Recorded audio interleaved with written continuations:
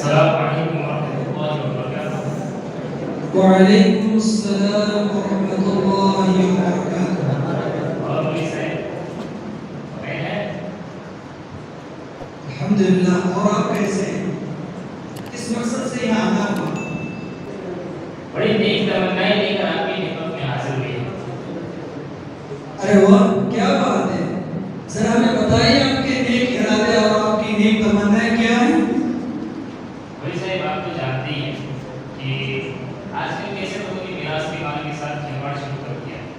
اپنی منمانی باتیں کرتے ہیں، ہم اس کے سخت خلاف ہیں اور ہم یہ چاہتے ہیں کہ ہمارے درمیان وراثت کا مال اسلامی طریقے سے تقسیم کیا جائے۔ اور ارے واہ، دیکھ کر آپ کی خدمت میں حاضر ہوئے ہیں۔ ارے واہ، کیا بات! بہت بڑھیا۔ ہم بھی چاہتے ہیں کہ آج معاشرے کے اندر ایسے لوگ ہوں جو اپنا مال وراثت اسلام کے طریقے پر تقسیم کرنا چاہتے ہیں۔ ذرا بتائیے آپ کے ورثہ کے بارے میں، اور اسی طرح میت نے جو مال وراثت چھوڑ کے گئے ہیں۔ دیکھیے، نقدی مال تو ہے 2 کروڑ اور زمین جائیداد ہے 20 ایکڑ۔ 5 بیٹے ہیں، 3 بیٹیاں ہیں اور والد صاحب ہیں 2 بیٹیاں ہیں۔ اچھا، اتنا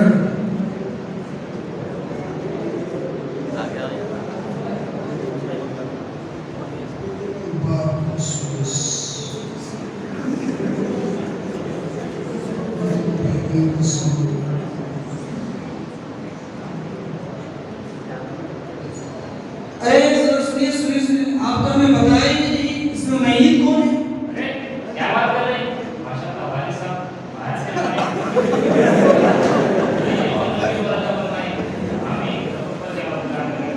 آپ اپنے والد محترم کے مال وراثت تقسیم کرنا چاہتے ہیں اور وہ ابھی باحیات اور زندہ ہے آپ کے سامنے، یہ کیسے ہو سکتا ہے؟ تقسیم نہیں ہوگی۔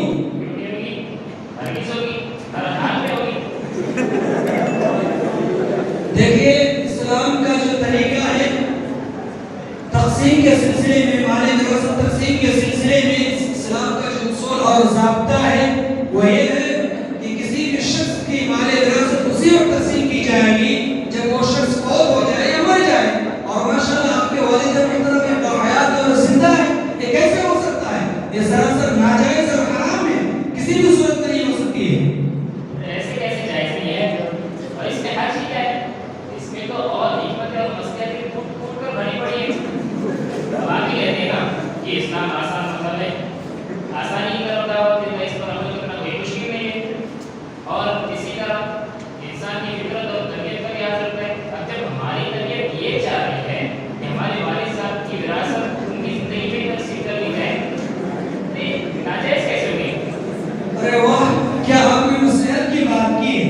ایسا لگتا ہے کہ مقاصد سے آپ زیادہ بڑھ کر آئے ہوئے ہیں۔ آپ جس مصلحت کی بات کر رہے ہیں دراصل وہ مصلحت نہیں ہے، وہ مفسدہ ہے۔ آپ کے کسی چیز کے مصلحت قرار دینے سے وہ مصلحت نہیں ہوگی بلکہ وہ مفسدہ ہے۔ اسلام جس چیز کو یا جس چیز کو مصلحت قرار دے وہی مصلحت ہے۔ مثال کے طور پر اگر کوئی شخص یہ سمجھتا ہے کہ شراب پینے میں بدن میں نشاط اور چستی آتی ہے اور رنج و غم ہلکا ہو جاتا ہے، تو کیا آپ اس شخص کو کہیں گے کہ آپ کے لیے شراب پینا جائز ہے مصلحت کے طور پر؟ یہ کیسے ہو سکتا ہے؟ اگر مال وراثت آپ کے والد محترم کی تقسیم کر دی جائے تو آپ کے والد محترم کو ان کی زندگی میں بہت ساری پریشانیوں کا سامنا کرنا پڑے گا۔ ہمارے والد صاحب کو کیا پریشانی ہوگی؟ اس کے برعکس تو ان کی دل کا سکون ہوگا اور یہ قلبی اطمینان محسوس کریں گے کہ ان کے بچے فتنہ و فساد اور جھگڑے سے بچے رہیں گے۔ آپ اس طرح سے کچھ سوچیے مولوی صاحب۔ دیکھیے، آپ نے قلب اطمینانی کی بات کی ہے۔ آپ کے قلب اطمینانی کا یعنی اطمینان قلب کا کوئی اسلام کے اندر کوئی اعتبار نہیں ہے، یہ آپ کا وہم اور گمان ہے، اس کا کوئی اعتبار نہیں ہے۔ اس لیے کہ اسلام کے اندر اطمینان قلب کے لیے یعنی قلب کی راحت حاصل کرنے کے لیے بہت سارے اسباب اور ذرائع موجود ہیں۔ مثال کے طور پر قرآن کریم کی کثرت سے تلاوت کرنا، دعائیں کرنا وغیرہ وغیرہ ہے۔ اور اگر مال وراثت پہلے ہی تقسیم کر دیں گے تو اس سے یہ ہوگا کہ بہت سارے فتنے اور فساد کا خدشہ ہے۔ اس میں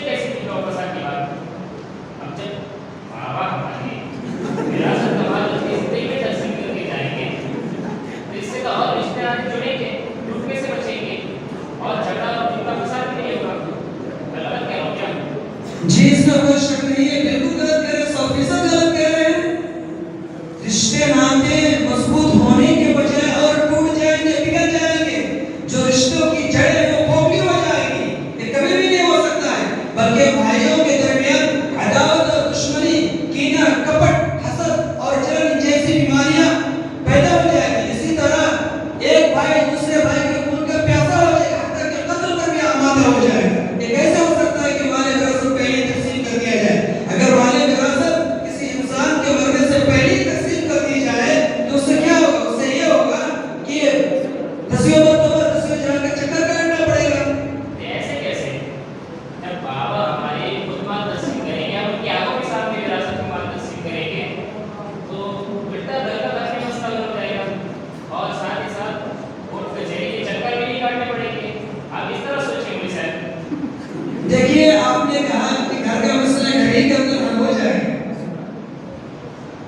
مثال کے طور پر یہ بہت خطرناک جواب ہے، وہ یہ ہے کہ گھر کا کوئی فرد گھر کے کسی فرد کے ساتھ نعوذ باللہ من ذالک زنا جیسے بدتر اور گھناؤنا کام کر لے اور گھر پہ بیٹھ کر سوچے کہ گھر کا مسئلہ گھر ہی حل کر لیں گے، کیا یہ بات آپ کے عقل میں آتی ہے کہ ہو سکتا ہے؟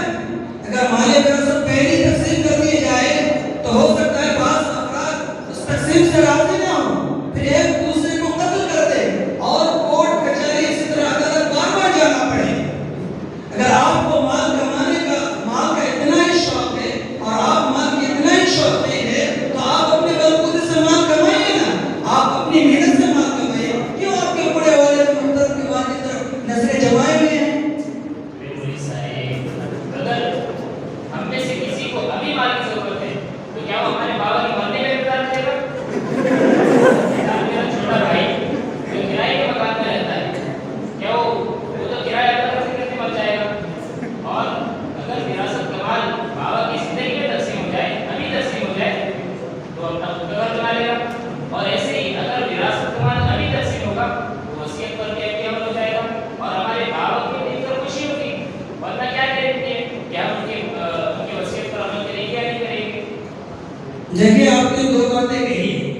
پہلی بات تو یہ ہے کہ آپ کے جو چھوٹے بھائی ہیں وہ کرائے کے گھر پر رہتے ہیں، اسے مال کی ضرورت ہے۔ اگر آپ کے والد محترم کی مال وراثت پہلے ہی تقسیم کر دی جائے تو اس کی ضرورت پوری ہو جائے گی۔ گویا کہ آپ سستی اور کاہلی کی دعوت دے رہے ہیں، جبکہ اسلام اس چیز کے سخت خلاف ہے۔ اللہ کے رسول صلی اللہ علیہ وسلم نے مسلمانوں کو، تمام لوگوں کو حکم دیا ہے، حلال کمائی پر وعدہ ہے۔ صحیح بخاری کی روایت ہے، وعن المقدم بن معد کرب رضی اللہ عنہ قال قال رسول اللہ صلی اللہ علیہ وسلم ما اکل احد طعاما قط خيرا من ان يأكل من عمل يده وان نبي داود علیہ السلام كان يأكل من عمل يده رواه البخاری۔ آپ صلی اللہ علیہ وسلم نے حکم دیا، معد کرب رضی اللہ عنہ سے مروی ہے کہ آپ صلی اللہ علیہ وسلم نے کہا کہ انسان سب سے زیادہ جو پاک اور حلال مال کھاتا ہے، سب سے بہترین جو روزی ہے وہ انسان کی اپنی کمائی ہے، اس لیے کہ اللہ کے نبی داؤد علیہ السلام خود اپنے ہاتھ سے کمائی کر کے کھاتے تھے۔ دوسری بات یہ ہے کہ اگر آپ کے بھائی کو مال کی ضرورت ہے تو آپ کے والد محترم کے لیے جائز ہے کہ وہ اپنا مال ہدیہ بطور ہدیہ اسی طرح ہبہ کر سکتے ہیں۔ اور دوسری بات آپ نے یہ کہی کہ آپ کے والد محترم کی زندگی میں اگر وصیت تنفیذ کر دی جائے تو وہ خوش ہوں گے۔ اس بات کو اللہ تعالیٰ سب سے زیادہ بہتر جانتا ہے، اسی لیے اللہ تعالیٰ نے مسلمانوں کو حکم دیا ہے کہ مال وراثت مرنے کے بعد تقسیم کی جائے۔ اس کے اندر ایک سر ہے، اس کے اندر ایک راز پوشیدہ ہے، وہ یہ ہے کہ آپ نے اپنی اولاد کی کس طرح سے تعلیم و تربیت کی ہے۔ اگر آپ کے مرنے کے بعد آپ کی وصیت پر وہ عمل کرتے ہیں، وصیت کو تنفیذ کرتے ہیں، نافذ کرتے ہیں، تو اس کا مطلب یہ ہے کہ آپ نے اپنی اولاد کی صحیح تربیت کی۔ اور اگر وہ لوگ صحیح سے وصیت نافذ نہیں کرتے، تنفیذ نہیں کرتے، اس کا مطلب ہے کہ آپ نے اپنے اولاد کی صحیح تعلیم و تربیت نہیں کی۔ اگر وہ لوگ نافذ نہیں کریں گے تو اس سے آپ گنہگار نہیں ہوں گے، وہ لوگ گنہگار ہوں گے۔ ارے بڑے ٹھیک اس کی کیا ہے یار، آپ کو پارٹی کی تیاری کیوں؟ اب جو دلیل میں آپ کو دوں گا آپ یقیناً اس کے سامنے گھومنے دیں گے۔ لیکن آپ تو جانتے ہی ہیں کہ کسی بات پر اگر مسلمان مختلف ہو جاتے ہیں تو اس پر عمل کرنا واجب ہمارے گاؤں میں 25 سے 30 گھر ہیں اور سب یہی چاہتے ہیں کہ ان کی وفات سے پہلے میراث کا مال تقسیم کیا جائے اور سب یہی سوچتے ہیں کہ اگر موت سے پہلے میراث کا مال تقسیم کر دیا جائے تو یہ بہتر ہے اور ہمارے گاؤں میں اس پر اجماع ہو چکا ہے اور آپ کے لیے اس اجماع کو رد کرنا جائز نہیں ہے۔ دیکھیے آپ نے اپنے گاؤں کی اجماع کی بات کی ہے،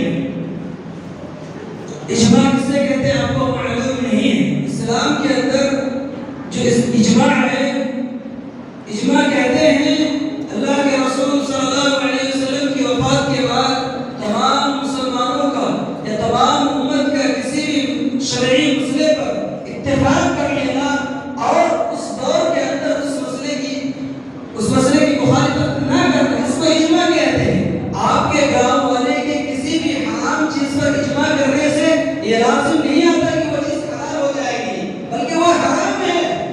آپ کے گاؤں والے تو کیا، اگر مدینے والے بھی کہہ دے، پورے مدینے والے بھی کہہ دے، پھر بھی نہیں مانی جائے گی۔ جب مدینے والوں کا اجماع قابل قبول نہیں ہے تو آپ لوگ کے گاؤں والوں کا اجماع کہاں سے قابل قبول ہو جائے گا؟